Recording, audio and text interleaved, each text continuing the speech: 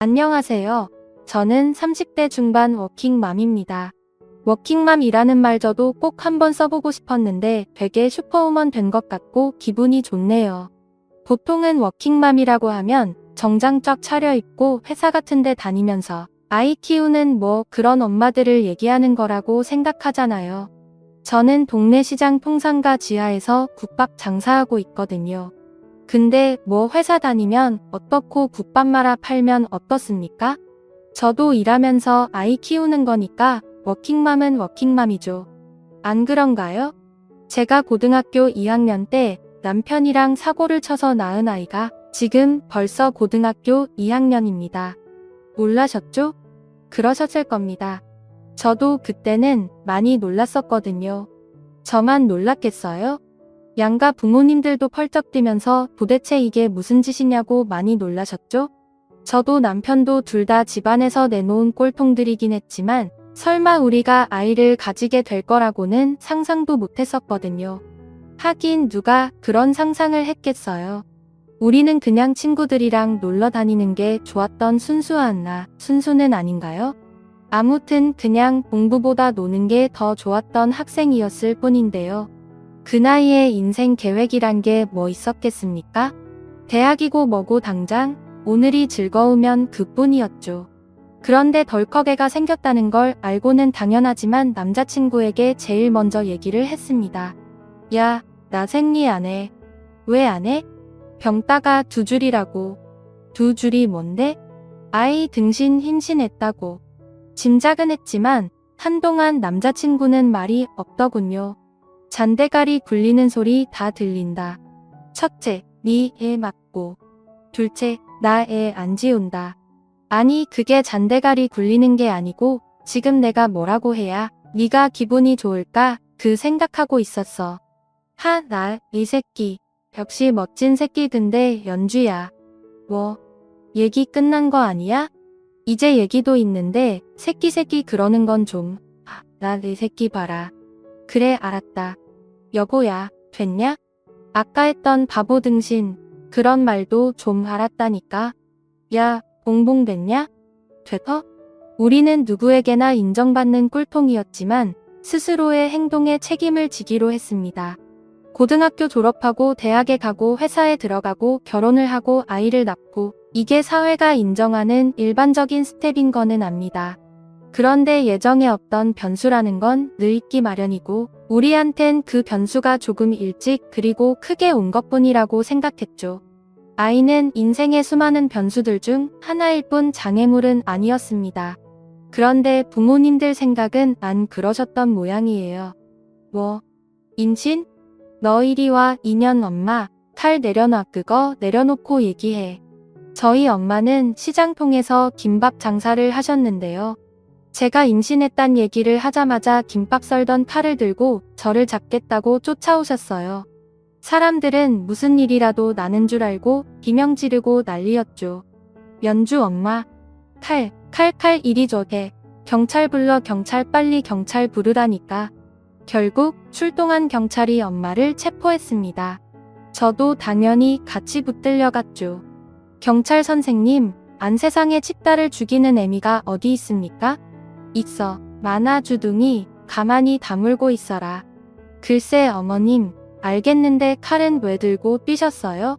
생각을 좀 해보시오. 머리에 피도 안 마른 딸이 임신을 했다는데 그 상황이면 경찰 양반은 정신이 있겠어 없겠어. 지금 당장 전현을 내 손으로 찢어 죽여도 속이 시원찮을 판에 내가 손에 칼을 들었는지 낫을 들었는지 내가 판스를 입었는지 벗었는지 알게 뭐여? 안 그랬어. 그러니까 지금 어머니 말씀은 딸을 죽 가니 내가 진짜로 얘를 어쩌겠다는 게 아니고요. 가만히 있어봐. 마침 잘 됐구만.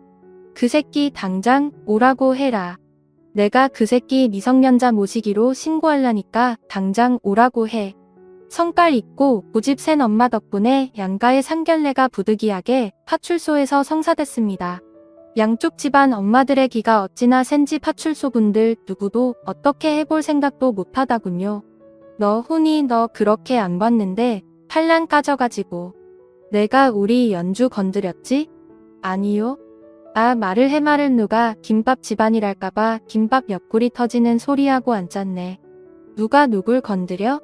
내 딸년이 교복 치마 요래 짤딸막하게 입고는 내 아들을 후리니께 내 아들이 홀랑 넘어간 거 아냐?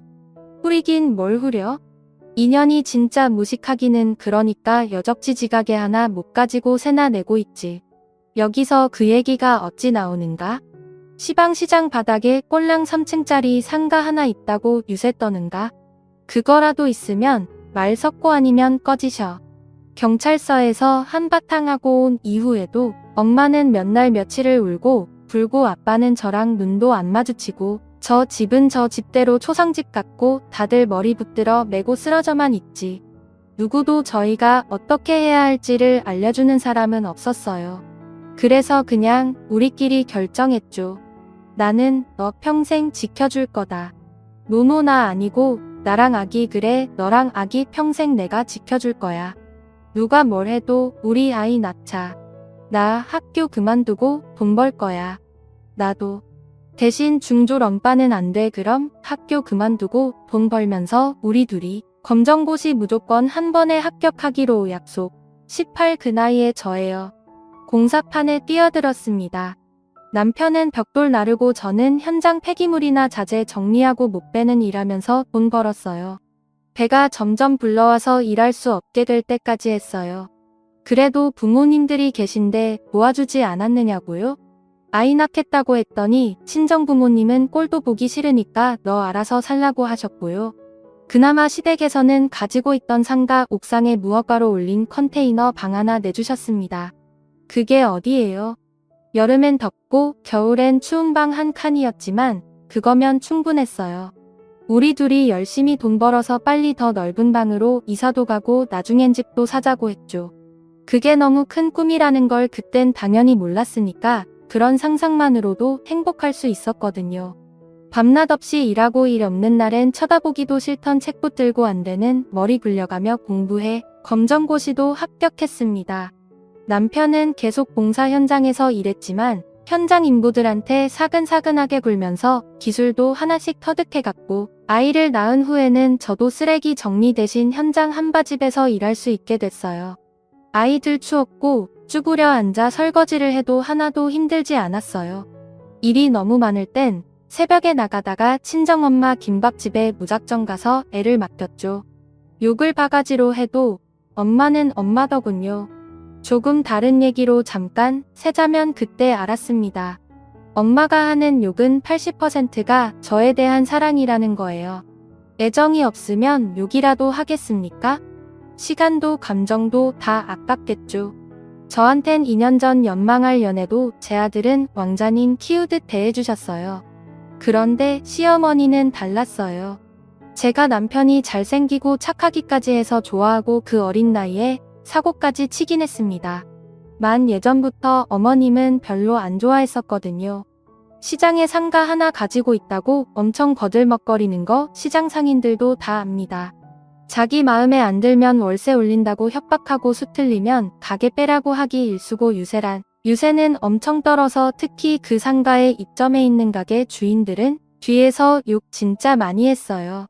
꼴랑 코딱지만 한 상가 그것도 지하까지 포함해 3층밖에 안 되는 낡은 건물 하나 가지고 있는 졸부가 무슨 대단한 부자라도 되는 것처럼 연병 턴다고요. 돈은 그나마 좀 있을지 몰라도 인성은 완전 꽝이었던 거죠. 제가 며느리가 된 후부터는 아예 다른 상인들한테 저희 친정 뒷담화도 많이 했다고 하더라고요. 김밥집이 김밥 말다 못해 자기 아들 인생까지 말아먹었다고요. 그래도요, 저는 감사히 생각했어요. 처음엔 사고친 아들 꼴도 보기 싫으니 이들끼리 알아서 살라고 했지만 그래도 지 새끼라고 방 한 칸 내주신 것만 해도 생각해보면 고마운 일이잖아요. 안 그랬으면 뭐 어떻게든 살긴 살았겠지만 18살에 방 한 칸 마련할 돈이라도 있었겠습니까? 안 그래요?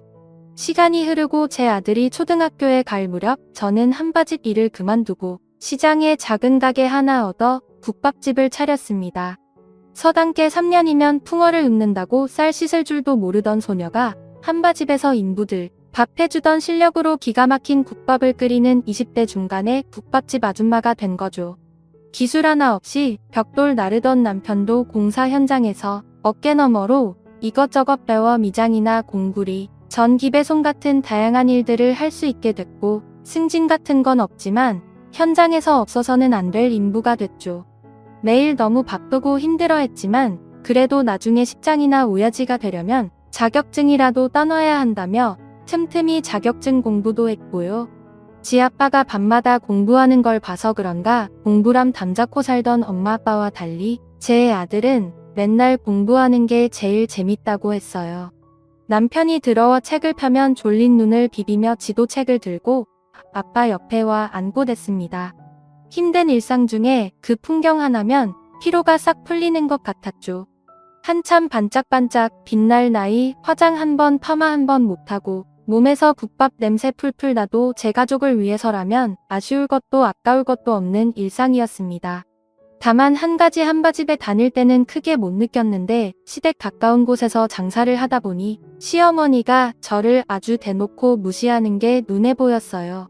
그전에도 물론 한 번씩 볼 때마다 내년 잘못 만나서 내 아들 고생 파가지로 하는 거 보면 내가 너를 삶아 먹어도 시원치가 않다. 이렇게 무시무시한 얘기를 하곤 하셨지만 저야 뭐 어릴 때부터 시장 바닥에서 자라면서 상인들 험한 소리 오가는 거 어디 한두 번 보나요? 그러거나 말거나 저는 신경도 쓰지 않았어요. 그런데 제가 시장에서 장사를 시작하고부터는 가끔이 아니라 거의 매일 마주치게 되니 신경을 안 쓸래야 안 쓸 수가 없더군요. 어떤 날은 아예 가게에 한 자리 차지하고 앉아서 오는 손님들마다 다 상대하며 제 욕을 해대더군요. 맛있게 드셨어. 사장님 오늘 처음 오셨길래 내가 머리고기 2점 더 넣었어. 딴 사람들한테 말하지 말고 다음에 또 와요. 아줌마가 아주 성격이 좋네. 아니 아가씨인가? 사장님 나 아가씨처럼 보여요? 이래봬도 아들이 이제 좀 있으면 중학생 돼요. 저 봐라. 치버릇해 못 주네. 어이구 여기가 사장님이신가? 아니야 내가 사장 맞아. 저 양반은 우리 시엄마. 이 가게 붙박이에요. 저 자리에서 움직이질 않아 봐요. 저기 딱 에어컨 나오는 밑에 아가씨가 사장님이면 시어머니는 회장님이시겠네. 회장님 며느리가 성격이 좋아서 아주 좋으시겠어요? 좋긴 뭐가 좋아요. 대가리에 피도 안 마른 게 일찌감치 남자 맛은 알아가지고 내 아들 혼란 꼬셔서 새끼부터 싸질렀구만. 어이구 시어머니가 아주 션션하시네. 아유 어머님 장사 방해하지 말고 집에 좀 가셔. 에어컨은 왜 끄니? 시원하고 좋은데. 에어컨 켜놓으니까 어머님이 집에 안 가시는 거잖아. 어머님이 여기 붙박이야? 이렇게 한 자리 차지하고 있을 남은 반찬 그릇이라도 좀 나르든가. 아니면 빨랑 가요. 바쁘니까. 제가 원래 털털한 성격인데다 국밥집 하면서 시장 사람들 상대하다 보니 뭐랄까 인생 5회차쯤 산 사람처럼 모든 걸 초월했다고나 할까요?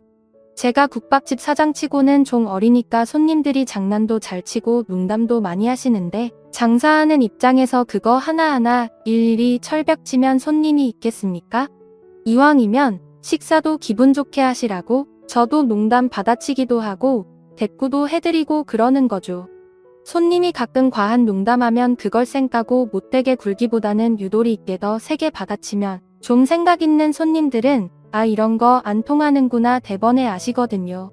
그래서 이왕이면 기분 좋게 웃으면서 까는 건데 시어머니 보시기엔 그게 다르게 보였나 보죠?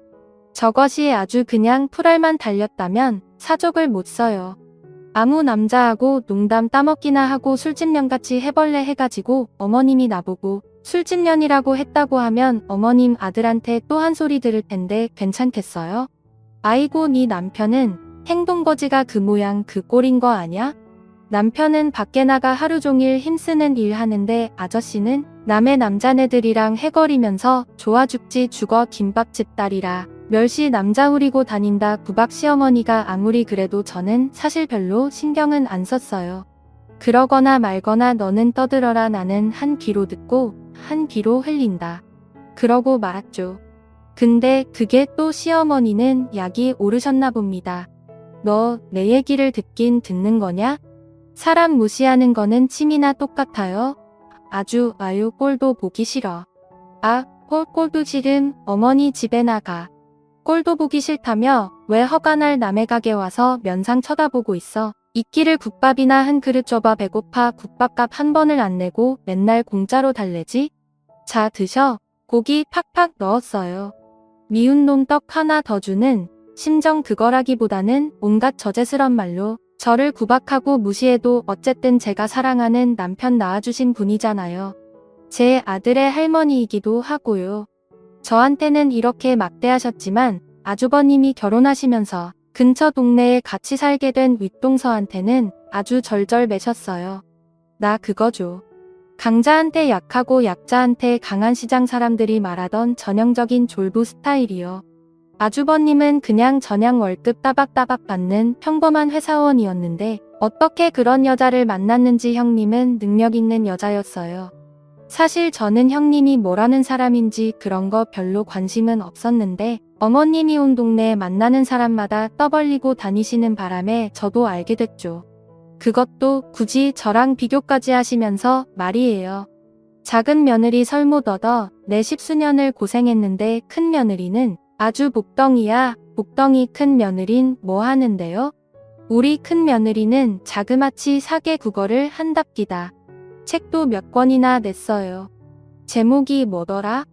형님은 원래 외국어 학원 영어 강사였는데 출판한 책 2억 권이 대박나서 여기저기서 강연을 해달라고 부르기 시작했고 그 김에 아예 전업 강연자로 나서게 된 거였어요.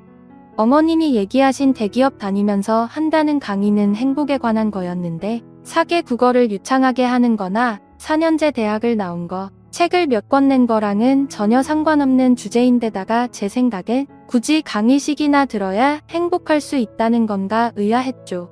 행복이라면 제가 또 한행복하니까. 그런 거라면 나도 할 수 있겠다. 내가 더 잘하겠다. 혼자 속으로만 생각했답니다. 그런데 그게 어떤 사람들 눈에는 대단해 보일 수도 있는 거겠죠? 회장님 힘으로다가 언제 한번 우리 시장에도 와달라고 하면 되겠네.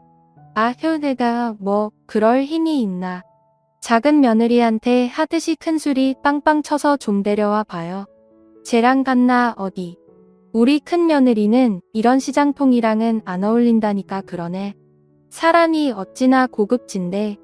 여기로 오기는 TV에도 나온 사람이야. 우리 큰 며느리가. 아니 무슨 시장통에 어울리는 사람 있고 안 어울리는 사람이 따로 있나요? TV에 나오는 사람들은 시장에서 콩나물도 안 산답니까? 거기다 어머님이 끊임없이 형님 자랑을 하다 보니 조금씩 허풍도 좀 끼어들기 시작하더군요. TV에 나온 건 두어 번인가 그랬어요. 안 그래도 제가 형님한테 그 얘기를 물어본 적이 있어요. TV에 한번 나와서 재미있으면 형님을 계속 부를 건데 아무래도 재미있지는 않았나 봐요. 시청률이 별로 안 나왔나? 연락은 계속 오지. 그런데 내가 웬만하면 컷하고 있어. 왜요? TV 나가면 더 유명해질 건데. 동서 이런 얘기까지는 안 하려고 했는데 나는 있잖아. 그런 사람들이 좀 천박해 보여서. 병원장이고 변호사고 그런 사람들. 자기 일만 잘해도 남들보다 더 잘 벌 수 있는 사람들인데 그런데 나와서 하하거리고 낄낄거리는 거 좀 우습지 않아. 어이구 우리 형님 모르는 소리 하시네. 머리 좋아 의사 되고 변호사 되는 양반들이 TV에나 웃음까지 주면 친하게 느껴지고 그래서 사람들이 더 많이 찾아가니까 일석이조죠. 뭐 나는 굳이 TV 안 나가도 찾는 사람들 많아. 큰 MR이 100만 번 오른 걸 가지고 너는 뭘 그렇게 따지고 들어. 가방끈도 짧은 것이. 어이구 형님 바라기. 어머님 끼어드시는 걸 보니 이 대화는 여기서 심하 이해하겠어요. 어머님은 아주 형님이라면 다 우냐우냐 정도가 아니라 절절매셨어요. 어머님 말씀은 즉슨 형님이 우리 집에서 제일 가방끈 긴 사람이니까 형님 말은 다 맞는 거라나요? 제가 보기엔 그냥 어머님이 형님을 좀 어려워하시는 것 같았어요. 이해는 됩니다. 솔직히 아주버님이 특별한 기술이나 능력이 있는 것도 아니었고 성격도 엄청 소심하셨거든요. 거기다 두 분은 아이도 없어서 어머님 얘기로는 선녀와 나무꾼의 선녀처럼 형님은 언제든 날개옷을 입고 활활 날아갈 수 있는데도 아주버님이랑 살아주는 거랍니다. 능력 없는 남자와 사는 능력 좋은 며느리. 그게 어머님이 형님을 바라보는 시선이었던 거죠. 저는 뭐 형님이 좀 우화를 떤다. 그렇게밖에 안 보였는데 말이에요. 게다가 최근 2년 사이 어머님이 형님한테 더 절절맬 수밖에 없는 일이 생겼는데요. 아주버님이 다니던 회사에서 정리해고 1순위로 잘리셨거든요. 안 그래도 소심한 사람이 더 소심해져서는 한동안 사람들도 안 만나고 집에만 틀어박혀 계시길래 제가 어머님 아주버님 당분간 우리 국밥집 배달일이나 좀 하시라고 할까봐요. 배달비 어차피 나가는데 이왕지사 아주버님이 해주시면 좋죠. 제 딴에는 아주버님한테 도움 좀 드리겠다고 얘기했다가 아주 혼쭐이 났지 뭡니까. 천박하게 살려면 떠나 천박하게 살지. 어따 대고 자기네 시아주버님한테 배달이 어쩌고 그 짓을 떨어 왜 네 남편 노가다판에 내보내는 걸로 모자라냐. 괜히 걱정하는 척 하지 말어. 큰애 제주도 내려간다니까 신경 끊어. 이년아 여긴 왜요? 아무 연고도 없는데. 왠지 알면 네가 그 돌대가리로 이해는 하고 큰애들이 알아서 결정한 건데 네가 알아서 뭐해. 그렇게 아주버님은 제주도로 혼자 내려가셨어요. 서울은 사람들한테 너무 치여서 싫고 다른 지역들은 사람이 너무 없으니 그것도 싫고 제주도에 가면 그나마 살 길이 트일 것 같다며 2년 전에 떠나셨죠. 그래서 2년 동안 어떤 성과가 있느냐 하면 글쎄요. 이거 해볼까 저거 해볼까 하면서 딱히 결정도 못하고 그렇다고 소심해서 다른 사람들한테 말도 못하고 혼자 스트레스만 팍팍 받고 계신 것 같던데요. 뭐 고군분투라고 해두죠. 아주버님도 나름 애쓰고 계실 테니까요.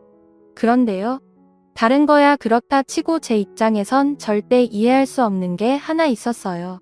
저는 만약 남편이 일 때문에 몇 년이나 혼자 어디가 있어야 한다고 하면 저도 짐 싸들고 같이 갈 것 같거든요. 뭐든 해서 돈은 벌 수 있는 거지만 가족은 똘똘 뭉쳐 살아야 정이 더 커지는 법이니까요. 무엇보다 저는 남편이랑 떨어져 지내는 건 죽기보다 싫단 말이죠. 그런데 형님은 심지어 직장에 묶여있는 것도 아니고 제주도에 가 있다가도 언제든 서울 오가며 강연을 할 수도 있는 거잖아요. 그런데 굳이 혼자 여기 남아서 매달 아주버님한테 돈까지 붙여주면서 거기서 빨리 자리 잡아라 이러는 게 이상하지 않나요? 아무튼 실은 내색 하나 없이 돈 못 버는 아주버님 뒷바라지까지 하고 있으니 어머님이 어찌 큰며느리를 미워할 수 있겠습니까? 하여튼 어머님이 하도 대놓고 형님이랑 저를 차별하니까 한 번은 제가 어머님께 제대로 따진 적이 있어요. 제가요 살아도 어머님이랑 더 오래 살았고 생색내긴 싫지만 어머님 생신상도 내가 다 차리지 시아버지 제사상도 내가 다 하지 며느리 노릇은 내가 다 하는데 어머님은 왜 나한테 욕만 찍으려요? 형님은 어디가 그렇게 이뻐서 그렇게 좋아하는데요. 비교를 할 걸 해라 이년아. 니들은 노는 물 자체가 달라. 사람 노는 물이 뭐 따로 있나. 다 거기서 거기지. 넌 허거한 날 시장 바닥에서 시커먼 남정네들이랑 희거리긴 하지. 쟤는 어울려. 노는 사람들도 다 화이트 칼라요. 화이트 칼라. 근데 왜 어머니 어깨에 뽕이 들어가냐고요. 취불도 없으면서 큰소리치는 네가 어찌 알겠니. 큰애처럼 좀 겸손해 봐라. 저렇게 잘나가는 애가 강남 어디 고급 아파트 안 살고 이 동네 필라에서 사는 거 좀 봐. 그게 겸손이랑 뭔 상관이래. 강남 아파트 살 돈은 없나 보지. 생긴 거랑 다르게 애가 소박하잖니. 어머니가 잘 몰라서 그러는데 생긴 것도 소박해. 형님은 또 봐라 접대 애가 큰애 TV에 나오는 거 보니까 골목상권 살려야 된다 그런 얘기 하던데 말만 뻔지르르하게 하는 사람들 얼마나 많아. 근데 쟤는 어디 말만 아니 몸으로 보여주잖아. 몸으로 아니 그러고 보니까 인연이 CM이 하는 말만 또 말대답이지. 하여간 못 배운 티가 좔좔 흘러요. 흘러왔다 거기서 얘기가 또 왜 글로 튀어. 글로 튀기는 어머님의 형님 사랑 좀 과하다 싶지만 일부 맞는 말씀도 있긴 했어요. 사실 우리 형님이요 동네 세탁소며 중국집 VVIP 고객이십니다. 어머님은 그게 형님이 골목상권 살리기를 몸소 실천하는 거라며 소박하다고까지 주장하시지만 글쎄요. 뭐 세탁소에 배달 서비스 시키거나 중국집 음식 배달시켜 먹을 돈으로 집에서 빨래하고 밥해 먹는 게 더 소박한 거 아닌가요? 뭐 그게 골목 상권 살리려고 안 써도 되는 돈 굳이 쓰는 거라면 할 말은 없지만요. 하긴 뭐 대형마트 가면 혼자 사는 사람들을 위해서 반쪼가리씩 파는 양파도 있는데 굳이 거기다 돈 안 쓰고 시장에서 사긴 하죠. 항상 시장 야채 가게, 과일 가게에서 그것도 대량으로 항상 배달을 시켜서 주변에 다 나눠줬거든요. 심지어 형님 네 빌라 1층에 사는 타니한테도 줍니다. 타니는 카자흐스탄에서 한국으로 시집 온 지 1년 정도 된 새댁인데요. 어렸을 때부터 워낙 한국을 좋아했어서 한국어 공부도 오래 하고 한국 남자한테 시집 왔죠. 우리 국밥집 단골이고요.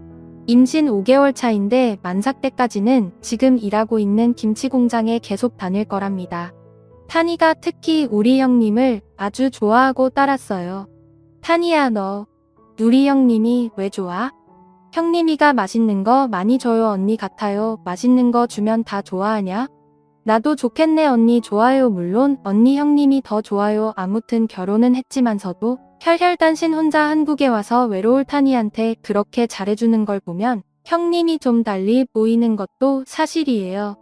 솔직히 저를 너무 무시해서 그렇지 저한테도 득되는 건 있네요. 일주일에 한두 번은 형님한테 연락이 옵니다. 동서 봉동 잔뜩 주문해놨어 올려놔서 이거 가져가 겉절이 묻혀서 식당 반찬으로 내면 되겠다. 어휴 저번에 무도 잔뜩 주셔가지고 무생채 손님들한테 서비스 팍팍 드렸어요. 그래 언제 올 수 있어?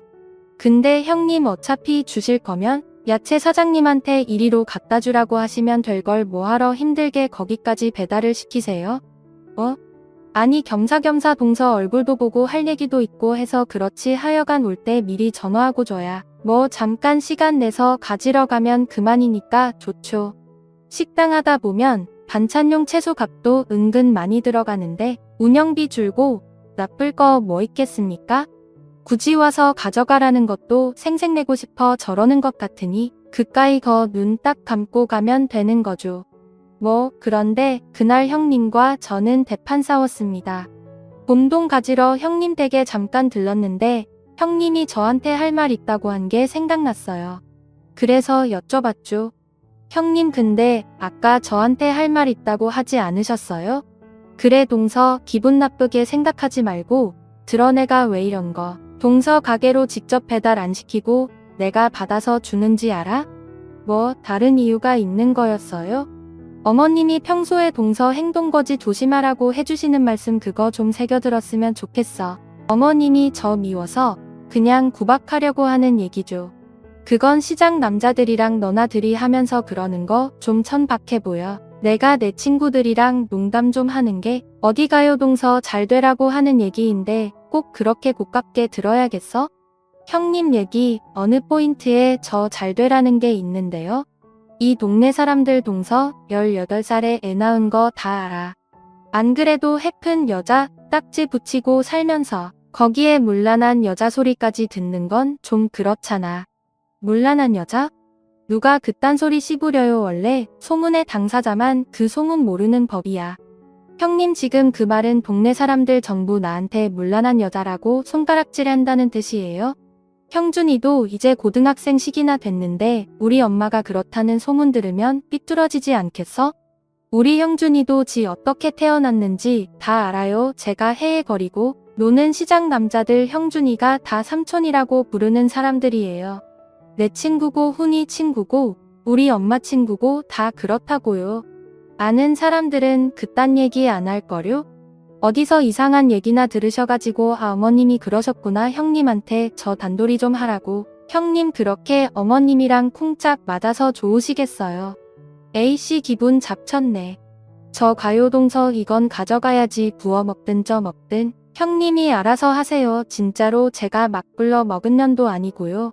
18살에 애 가진 거 저는 잘못이라고 생각 안 합니다.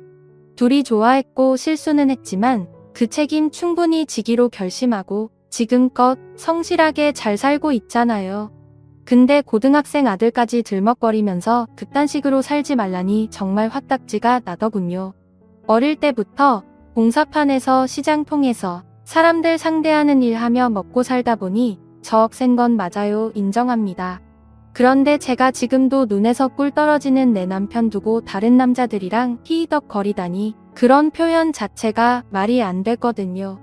우리 시장 사람들 의리를 어떻게 보고 그러는지 정말 기분이 나빠서 그날 이후 한동안은 형님 전화도 안 받고 형님 반찬도 안 챙겨다 드렸어요. 중국집에서 시켜 드셨겠죠. 저더러 맨날 무시하고 구박하는 시어머니도 혼자 우아한 척하는 형님도 다 꼴보기 싫었습니다. 그런데 저한테 그따위로 얘기한 거 형님도 좀 미안하셨던지 얼마 뒤 제 생일에 선물을 들고 찾아오셨더라고요. 그땐 내가 너무 지나쳤어 동서. 이거 잘 어울릴 것 같아서 샀어. 괜찮아요. 형님 저 원래 뒤끝 같은 것도 없는데요. 마음에 들어 비싼 거야. 이거 엄청 이그 형님은 그게 문제예요. 굳이 본인 입으로 비싼 거라 말 안 해도 형님이 주신 거면 비싼 건 줄 다 알아요.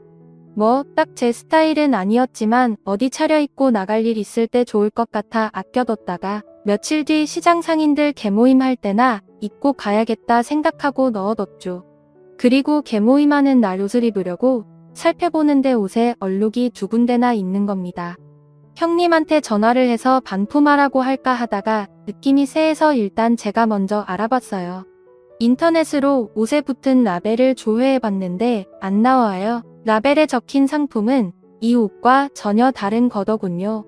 그러고 보니 왠지 이 옷 어디선가 본 적이 있는 것 같아 황급히 형님의 SNS에 들어가 봤습니다. 그랬더니 웬거료 1년 전 사진 속에서 형님이 이 옷을 입고 있더군요. 어이가 없어서 비웃음이 삐져나왔어요. 하루 종일 기분이 나빠서 장사 끝난 가게를 정리하며 내내 궁시렁거렸습니다. 망할 년 차라리 주지를 말든가 지 실컷 처있다가 허용 국물까지 흘린 옷을 선물이라고 주냐? 그게 우하고 겸손이고 보급이냐? 썩을 년. 언니 화났어요?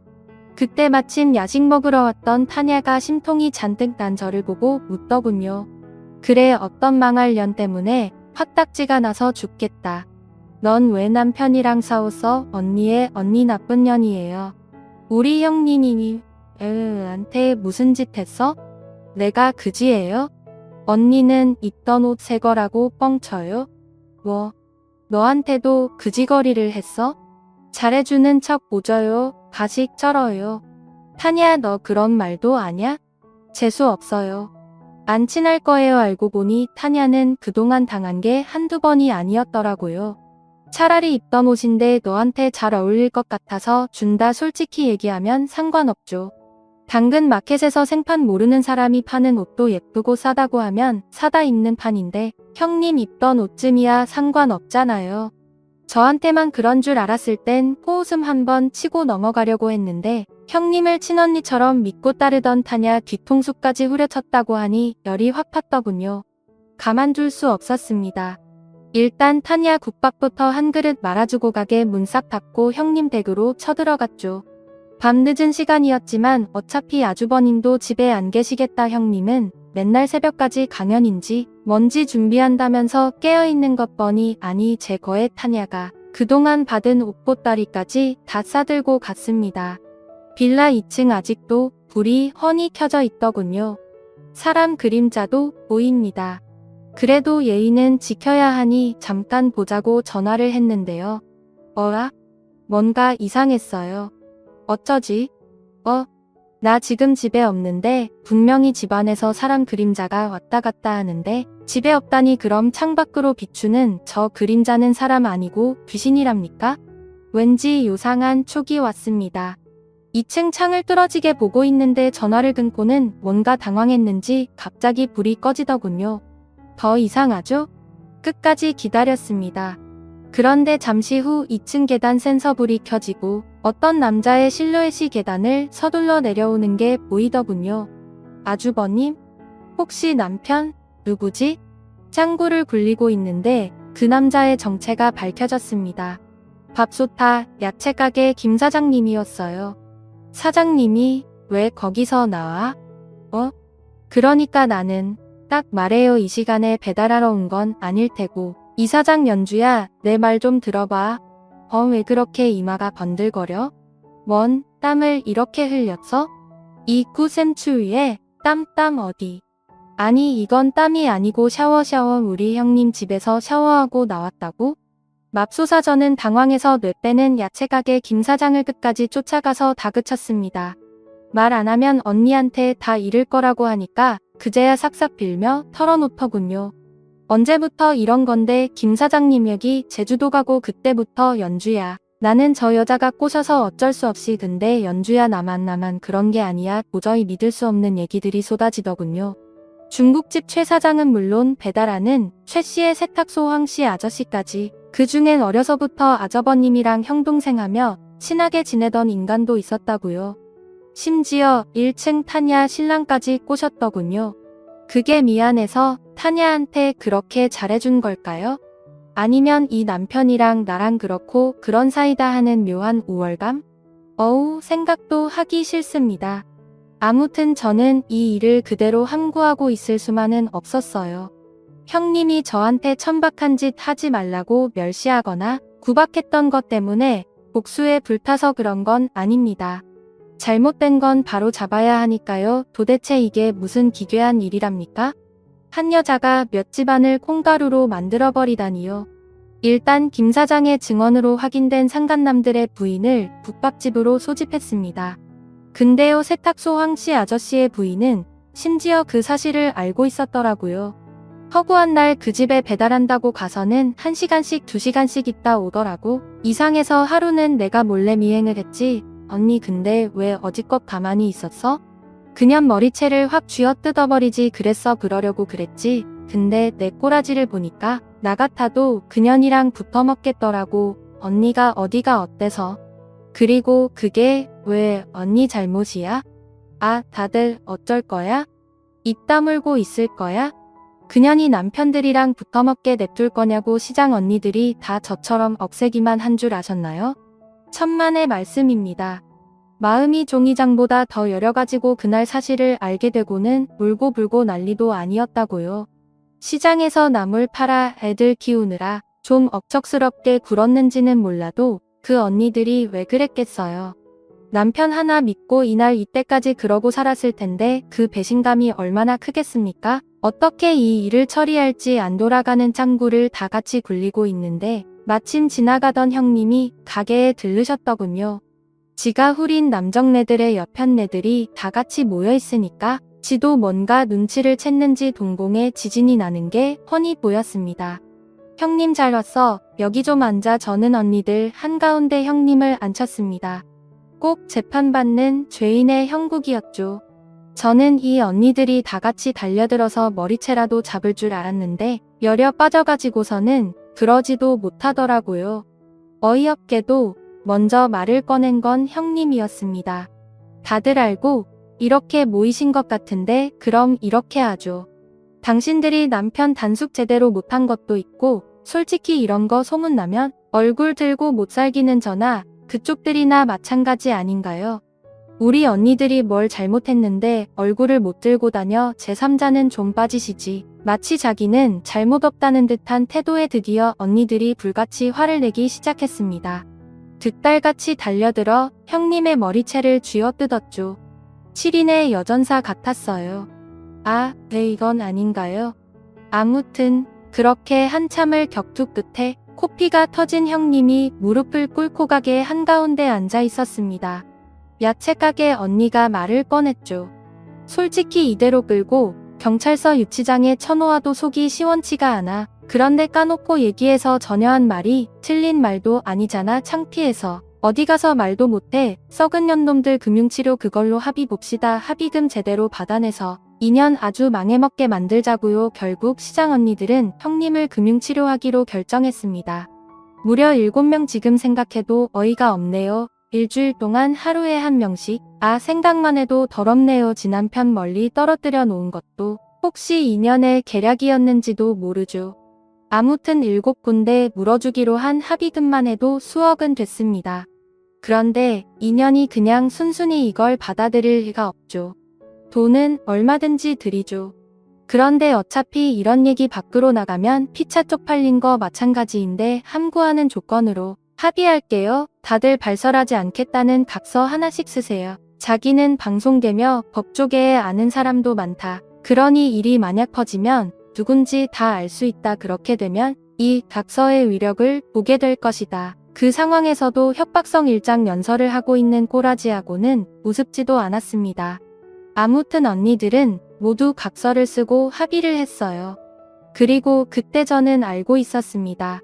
시어머니가 가게 밖에 숨어서 이 모든 상황을 다 듣고 계셨다는 거요. 가슴을 치며 분통해하고 계시는 거요. 다음날 가게에 온 시어머니 다른 날 같았으면 다짜고짜 천박한 년, 무식하고 남자나 후리고 다니는 년 3종 세트로 인사를 시작하셨을 텐데 그날따라 조용하시더군요. 뭐 잘못되셨어? 왜 꿀먹은 벙어리야? 어머니 내가 뭐를 어째길래? 어머니 속상한 일 있어? 세상 다 이룬 표정인데 뭘 그래 그렇죠. 입도 뻥끗 못하시겠죠. 고귀한 형님 모시며 살던 시어머니 그렇게 구박하고 멸시하던 저한테 감히 묻지도 따지지도 못하시겠죠. 혹시라도 이 일 소심한 큰 아들이 알까봐 전전긍긍하느라 당장 큰 며느리고 뭐고 내쫓고 싶어도 그렇게는 못하시겠죠. 어머니 내가 재밌는 얘기 해줄까? 됐다 듣고 싶지 않다. 왜 이렇게 기가 죽었어? 나 18살에 가졌다고 목막 불리고 다니는 년이라고? 시원하게 욕 좀 싸질러 보지 왜 됐다니까? 그래 이제 와서 시어머니가 어디 감히 저를 욕할 수 있겠습니까? 정작 남의 남자 후리고 다니는 년은 따로 있었는데요. 2년이 또 지나 새 시대의 어우동 형님은 들어오는 가면 닥치는 대로 해서 그 많은 합의금을 다 갚았습니다. 그런데 문제는 그 이유였어요. 이런 소문이 어디 잠자코 있답니까? 어디서 시작됐는지 그 집 여자 치마 자락 속에 그 동네 남자들 다 한 번씩 들어갔다더라 하는 소문이 솔솔 바람을 타고 퍼지기 시작했어요. 누군지 잡아낼 수 있다던 형님은 씩씩거리며 숨어 지내기 바빴죠. 소문일 뿐이었지 누구도 확실한 증거 하나 들이미는 사람 없었는데도 번질나게 찾아대던 기업이며 방송에서는 더 이상 형님을 찾지 않았습니다. 굶어 죽게 생겼다대요. 그래서 제가 할 일 없으시면 와서 설거지나 좀 도우시라 했죠. 눈을 부라리며 지가 어떻게 그런 일을 하냐길래 그럼 굶어 죽든지 마음대로 하시라고 했더니만 며칠 있다가 앞치마 하나 들고 국밥집에 나타났더군요. 국밥집에 레이스 달린 앞치마가 웬 말이래. 그거 입고 여기서도 손님들 후리려고? 동서말이 너무 천박하다. 아유 그놈의 천박타령. 형님이 그런 말할 처지는 아닐 텐데 아 그거 이리 내놔요. 이거나 입어. 저 그렇게 정없는 년 아닙니다. 우리 형님이 비록 평생을 빌어도 모자랄 죄를 지었지만 그렇다고 저까지 형님을 내치면 찬물에 손 한 번 담가 본 적 없는 우리 형님 어디 가서 밥이나 얻어먹고 살겠습니까? 게다가 이미 소문 다 퍼져서 행여자기 남편이라도 꼬실까봐 어디 써주는 사람도 없는데 저라도 거둬야죠.